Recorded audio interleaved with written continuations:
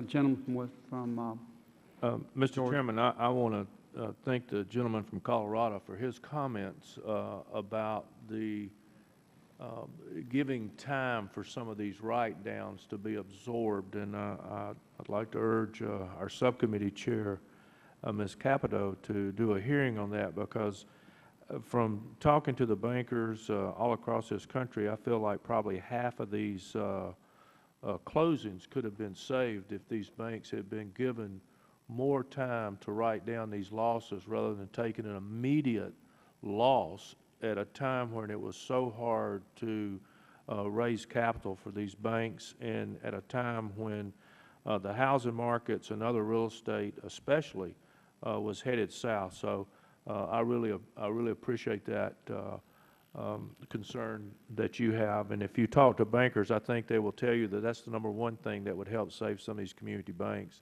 is having more time to write down these losses.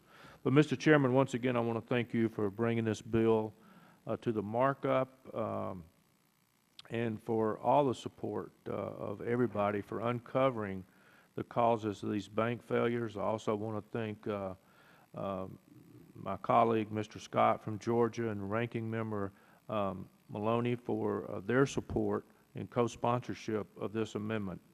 This amendment makes necessary changes to help the FDIC-IG in completing the study and giving the FDIC-IG greater discretion. The underlying principles of the bill remain the same. H.R. 2056 directs the FDIC Inspector General to study FDIC's loss share agreements, banks failing from paper losses, the case at which loans are being modified, in the application of FDIC policies by examiners in the field.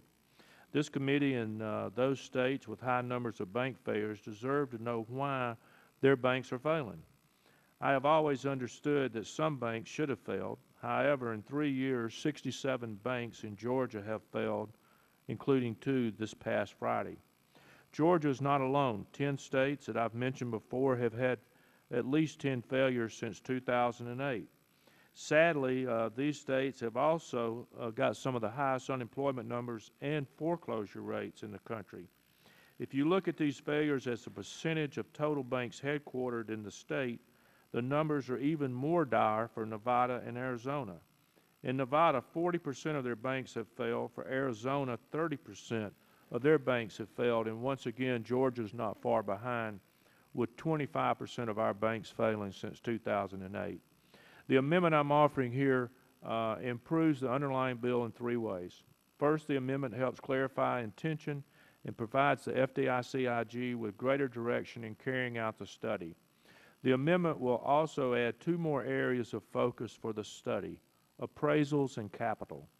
These 2 areas were already a part of the underlying bill, but providing greater direction to the FDIC-IG for executing the study. Second, the amendment allows the FDIC-IG to coordinate with Treasury Inspector General and the Federal Reserve Inspector General in completing the study. Many banks are regulated by the OCC and the Federal Reserve. The amendment allows the FDIC Investigator General to consult and obtain information from the Treasury IG and Federal Reserve IG to better carry out this study. Finally, this amendment actually adds a second study to be conducted by the GAO. In the hearing 2 weeks ago, the witnesses brought to my attention the need to get GAO involved and answer the broader question of why are these failures happening in some states but not others. Therefore, my amendment directs the GAO to study these dynamics and report back in 1 year. This amendment will improve the underlying bill. 3 years after the events of 2008 and 2 years after the recession was said to be over, this committee still does not have all the information it needs to get at the heart of these bank failures. Urge the adoption of the amendment and passage of H.R. 256, and I yield back.